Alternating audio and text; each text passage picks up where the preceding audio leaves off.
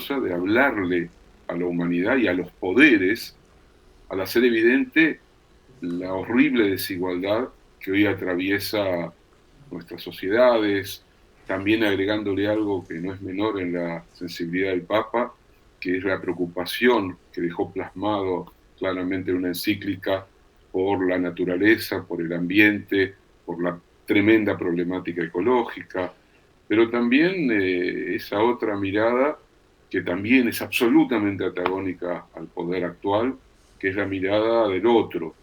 Sí, El Papa reivindicó la figura del otro como aquella que me humaniza, la que me da mi propia condición humana, mientras que el gobierno argentino y sus representantes y el personaje que hoy preside ese gobierno literalmente son ciegos para el otro.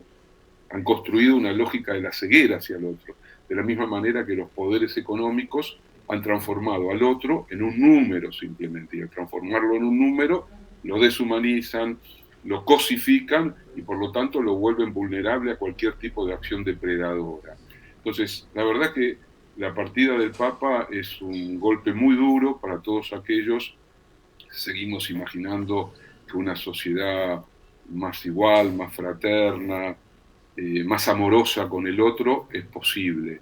Pero hay una enseñanza, yo no soy católico, no provengo del cristianismo tampoco, pero sin dudas el Papa ha marcado en cada uno de nosotros algo que es fundamental, que hay un principio esperanza en la condición humana, y ese principio esperanza no puede estar dominado por la bajeza, el egoísmo, el individualismo, la competencia de unos contra otros, sino que tiene que estar articulado a partir de precisamente esas categorías muy de Francisco, que son las de la solidaridad, las del encuentro, las las del del... encuentro.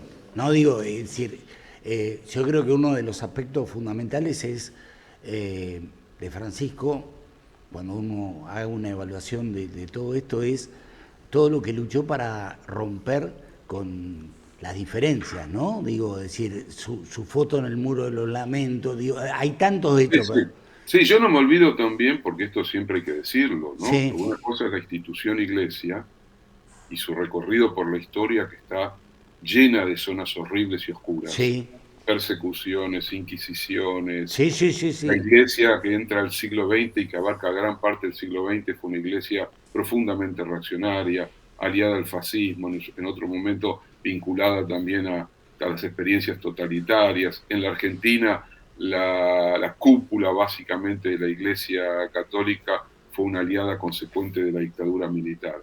Con esto quiero decir que también la iglesia está atravesada por sus tensiones, contradicciones. Tampoco me olvido lo que fue el Concilio Vaticano II, los sacerdotes que descubrieron y construyeron eso extraordinario que fue la teología para la liberación. También está el proyecto del propio Bergoglio, después Papa Francisco, de la teología de los pueblos. Es claro. decir, revisar a la iglesia, repensarla, colocarla en un desafío tan propio de esta época que en realidad modifica muchas cosas de lo que en otro contexto histórico hizo y fue la iglesia. También hay que decir, porque a veces se olvida, obviamente que Francisco se convirtió también en un líder político y en gran parte la reivindicación que nosotros hacemos de la figura de Francisco tiene que ver con esa lectura de la sociedad contemporánea, de las contradicciones, los daños que el capitalismo contemporáneo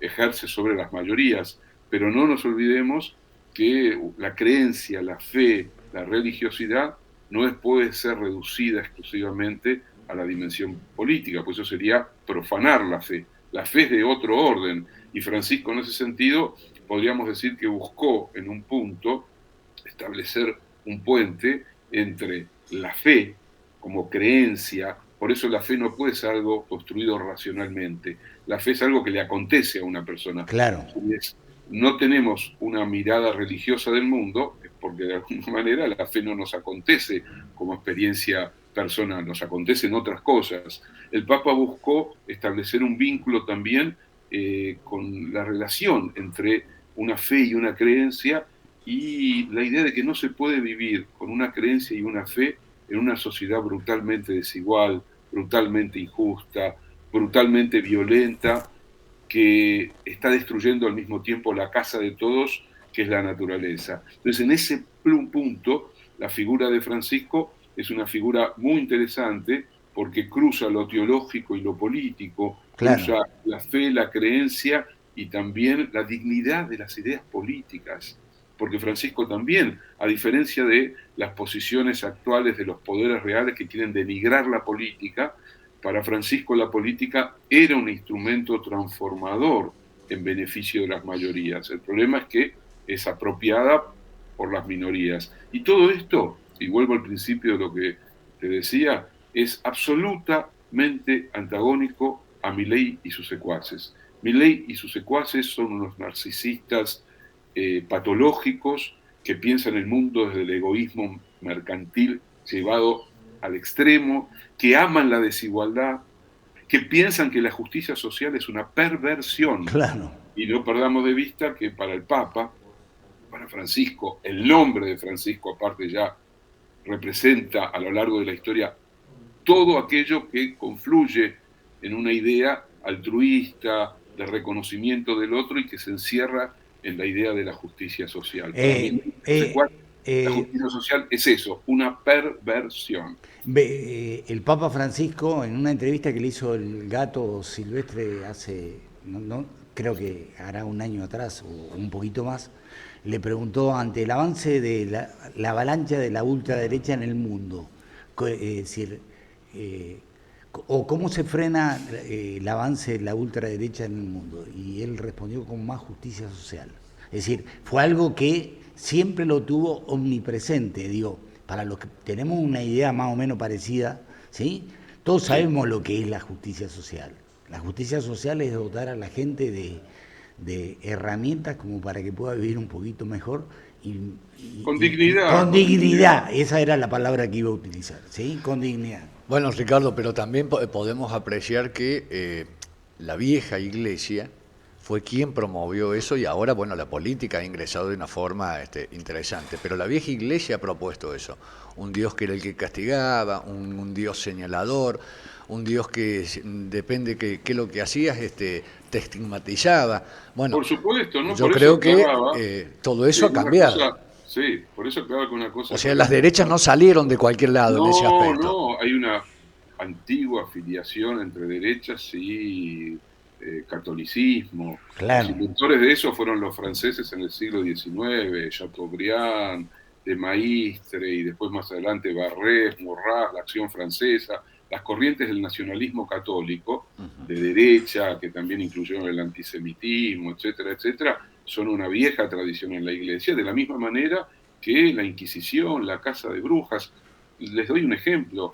Se calcula que entre el siglo XVI y XVII, y casi arrimando ya al siglo XVIII, se quemaron, entre comillas, por brujas, más de 300.000 mujeres. Sí, y quienes claro. encabezaron la quema de brujas fueron precisamente los que manejaban la Iglesia de Roma, los grandes inquisidores. Entonces, por supuesto que uno no olvida eso, No, claro. no olvida que en la Argentina los aviadores que bombardearon la Plaza de Mayo tenían pintados en sus aviones que Cristo vence, ¿no? Entonces, en nombre de Cristo y en nombre de las religiones se han hecho barbaries. Sí, sí. En nombre del cristianismo, en nombre del Islam, ahora en nombre de un supuesto judaísmo inventado, vaya a saber por quién, también se puede justificar la masacre en Gaza. Si una cosa es la religión cuando institucionalmente se convierte en un proyecto político que beneficia la reproducción de un tipo de poder, y otra cosa, volvemos a la idea de la fe, de la creencia y también de la empatía que la religión, ¿no? El viejo concepto de religar. La religión es un religar lo que fue separado, tiene de propuesta de hermandad, de fraternidad, de relación amorosa entre los seres humanos, pero que hay una dimensión violenta, oscura, represiva, censora, etcétera, etcétera, que habitó a la Iglesia, particularmente en este caso la Iglesia Católica, por supuesto, y eso también está ahí en lo que debe ser una revisión histórica, porque si no, no entenderíamos la historia de la Argentina, la historia de la Argentina del siglo XX, el conflicto del propio Perón, por ejemplo, con la Iglesia en su momento. Y el hecho de que Bergoglio proviene también en su formación política de una tradición como la del peronismo, ¿no? Que a su vez le permitió establecer vínculos y puentes con su concepción del cristianismo católico.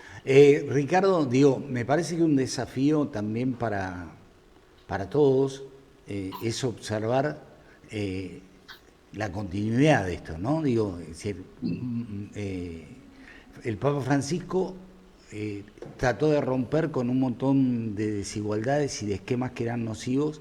El tema es que hoy se está especulando respecto a cómo va a ser su sucesión. Él se encargó de alguna manera de manejar las cosas a los efectos de poder dejar una posta, y hay muchos cardenales que de alguna manera responden a su filosofía.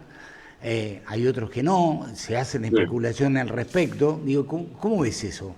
Bueno, o sea, a ver, todos nos hemos convertido en especialistas Sí, sí, sí, sí, en en teología. eclesiología, Sí, sí, sí, teología sí. cristiana, formas de elección de papas y demás asuntos, ¿no?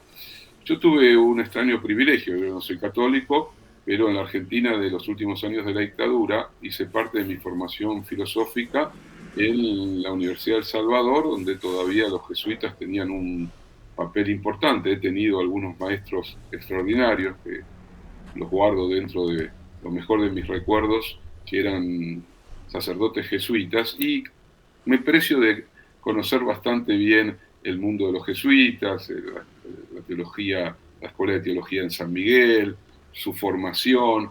Los jesuitas siempre establecieron un vínculo muy estrecho entre formación, han sido hombres muy eruditos. Bueno, en el caso del Papa Francisco fue profesor de literatura, Sí. todos ellos tenían siempre intereses en el campo de la ciencia, de la política, de la filosofía, de la historia, de la sociología. La mayoría de ellos hablaban múltiples lenguas y, digamos, la formación del jesuita ha sido una formación en un sentido académico, erudito, muy interesante. Pero al mismo tiempo no hay que olvidarse que la Orden de Ignacio nació como la espada del Papa, ¿no? En la historia de la Iglesia de Roma. Por lo Sí, tanto, muy vinculada a la disputa de poder. Los jesuitas siempre han comprendido y se han manejado en eso tan complejo que es del orden del poder. Incluso han construido mini sociedades. Recordemos entre nosotros las misiones jesuíticas en Misiones, en el sur de Brasil, en lo que hoy es Paraguay, que implicaron todo un proyecto utópico de sociedad para esos pueblos indígenas que estaban siendo masacrados y transformados por los conquistadores y colonizadores. Entonces Bergoglio viene de esa tradición. claro. Francisco construyó dentro del mundo cardenalicio y el poder que ejerció en Roma mecanismos como para tratar, eso no quiere decir que No, no, tratar, lograr, significa tratar. tratar de que haya una continuidad entre su papado y el sentido de su papado y quién lo venga a suceder. Pero sabemos que a su vez la Iglesia tiene una tendencia a lo pendular, es decir, se inclina para un lado, después corrige un poco hacia el otro.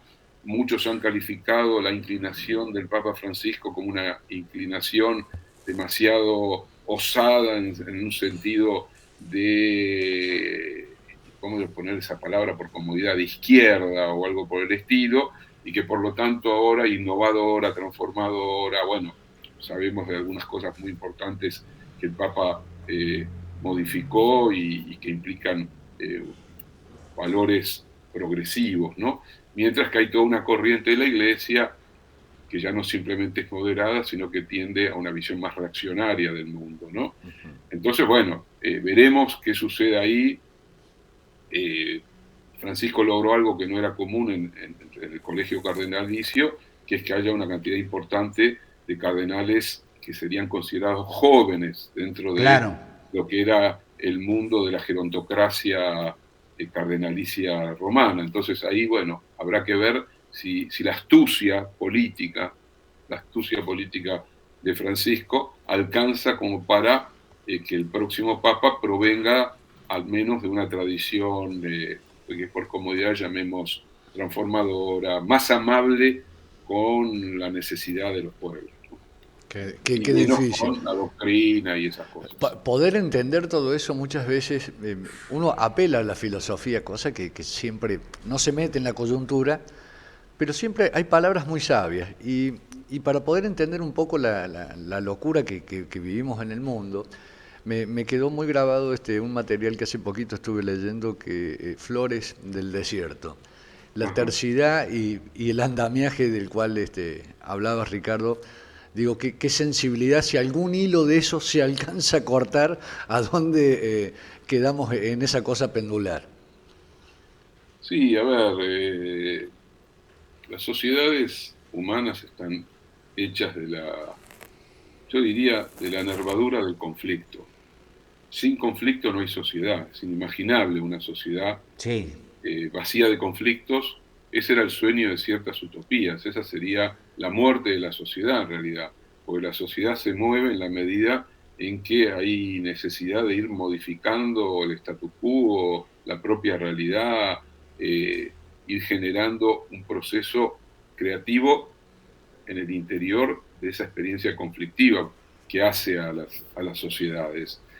La Iglesia Católica, obviamente, que ha tenido a lo largo de su historia una multiplicidad de conflictos que se han acelerado en los últimos tiempos, pero no nos olvidemos que en el siglo XVI hubo una ruptura tremenda que fue la que generó Lutero Claro. cuando le planteó un desafío enorme en su momento a la Iglesia Católica. Hay muchos, diversos cristianismos. El desafío que hoy le plantean a la Iglesia Católica, por ejemplo en América Latina, las iglesias evangélicas, pentecostales, quiero decir, uno dice cristianismo y a veces se confunde y piensa que todos los caminos conducen a Roma, y no todos los caminos conducen a Roma.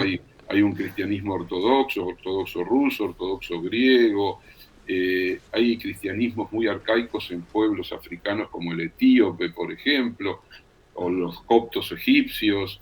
El cristianismo es una gran diversidad que ha tenido, obviamente, en la Iglesia de Roma su expresión mayúscula, ¿no? Y por eso la importancia también de la figura del Papa como centro, de algún modo, de la lengua de los cristianos.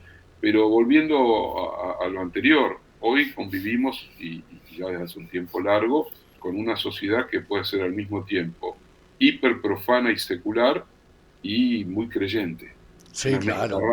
Una mezcla rara que ahí está dando vueltas y que no sabemos muy bien cómo va a seguir desplegándose. En algún momento, desde el siglo XVIII, con la Ilustración, las ideas del progreso, se imaginaba que las sociedades iban a ir hacia un más allá de la religión, ¿no? El digo, opio de los pueblos de Marx en el siglo XIX, Claro.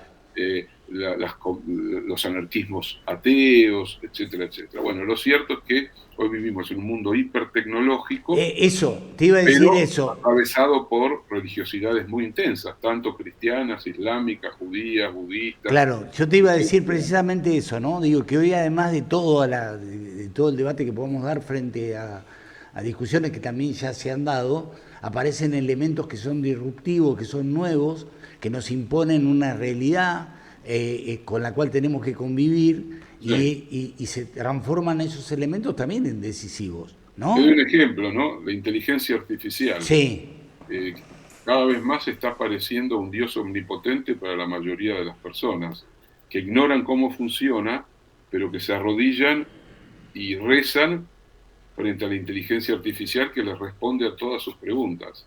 Eso es algo de nuevo tipo también, ¿no?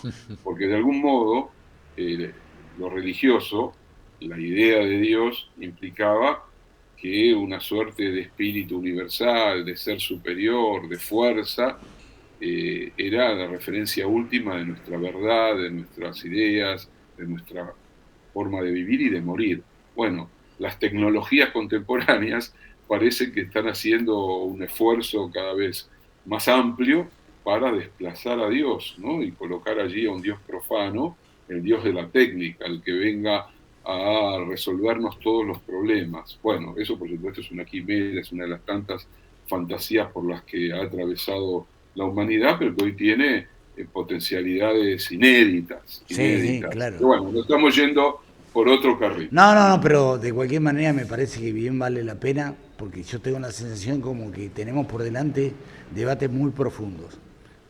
Así es. Los argentinos ni hablemos. No, ¿Me entendés? olvidate. Lástima que estemos los argentinos y las argentinas siendo gobernados Claro, por una runfla de ignorantes, de cuasi fascistas, de portadores de una crueldad enorme, que están haciendo un daño muy enorme, profundo, enorme. que a su vez juega en espejo con algo que la Argentina no ha sabido resolver, ¿no? Y de eso también creo que Francisco sabía un poco, y por eso no volvió Francisco, pues es otra pregunta que hemos tratado de eludir en estos días, ¿no? Sí, ¿por qué no Porque, volvió? ¿Por qué no ¿por vino qué no nunca? volvió, no? Porque hay un dolor, digamos, ¿no? Sí, O sea, Francisco amaba a la Argentina, Francisco aparte tenía muy claro y siempre lo hacía notar, su arraigo, su hombre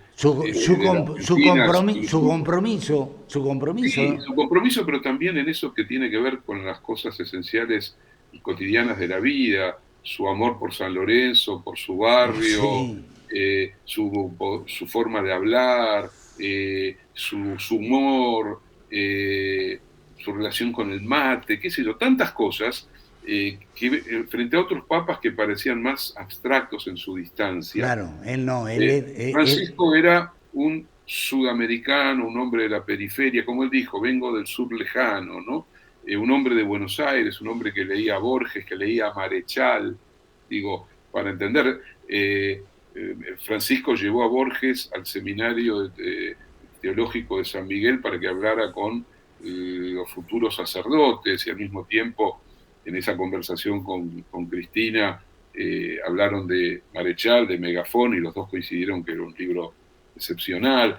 Quiero decir, en Francisco hay una relación muy profunda con la Argentina, por lo tanto, más tiene que rebotar la pregunta inquietante, ¿qué pasó que Francisco no vino. no pudo, No no pudo, no pudo, pudo, no no pudo. pudo venir al país? Eso es inquietante, Es ¿no? que Es nadie es inquietante. profeta en su tierra, No, pero menos bueno, en esta. Bueno, es probable, ¿no? Es probable porque no nos olvidemos que acá esos mismos medios de comunicación hegemónicos que han sido en gran medida coautores de este gobierno miserable que hoy nos gobierna, eh, han estado ahí, ¿no? Tratando de, sin alcanzar la obviedad del insulto, pero siempre han jugado para ir bajándole no, pero puntos al hay propio medios que Francisco, ¿no? fueron cómplices por ejemplo, de Javier Milei, calificándolo al Papa, a Francisco, de un embajador o el delegado del maligno, lo trató de Bueno, imbécil, claro, lo que hoy no insultó. digan, o que hoy no digan nada respecto a que una Claro, comitiva como la que encabeza Milei, que todos pensaron de Francisco que era un zurdo sí, HDP, hoy vayan a Roma, ¿no? La impudicia de ese acto, sí, la sí. profunda impudicia de ese acto. Hay una complicidad, sin esos grandes medios de comunicación, es inimaginable la Argentina actual.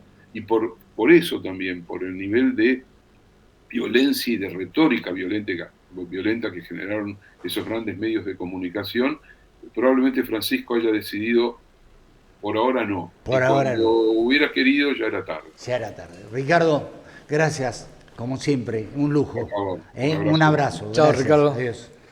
Bueno, Ricardo Foster, un lujo que nos damos de vez en cuando, Pa.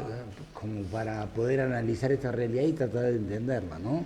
Es decir, esa es una gran pregunta sin respuesta. ¿Por qué no vino el Papa Francisco a la Argentina? Y no vino por nosotros. Sí, claro. No vino por lo que somos nosotros, por toda nuestra incapacidad de poder pensar en integrar, en igualar y no estar permanentemente tratando de encontrar la diferencia. No quiso ser parte de todo esto. Si no quiso ser parte, No, porque iba a abrir más esto. no, claro, no quiso ser parte porque no estaban dadas las condiciones como para que él no fuera un profundizador de la grieta, Claro. porque él es un él es un artífice de los movimientos sociales, los curas villeros, digamos, él tenía una posición tomada frente a eso. Sí. Entonces, Aparte que su vocación eso, de servicio... Eso que nosotros, por ejemplo, los chicos, lo entendemos como lógico y natural, es decir, que aquellos que tienen alguna potestad, ¿me entendés? O alguna cuota de poder, se involucren con los que menos tienen. Para algunos, eso es una disociación del poder. El poder está para otra cosa. Claro. ¿Sí? Bueno.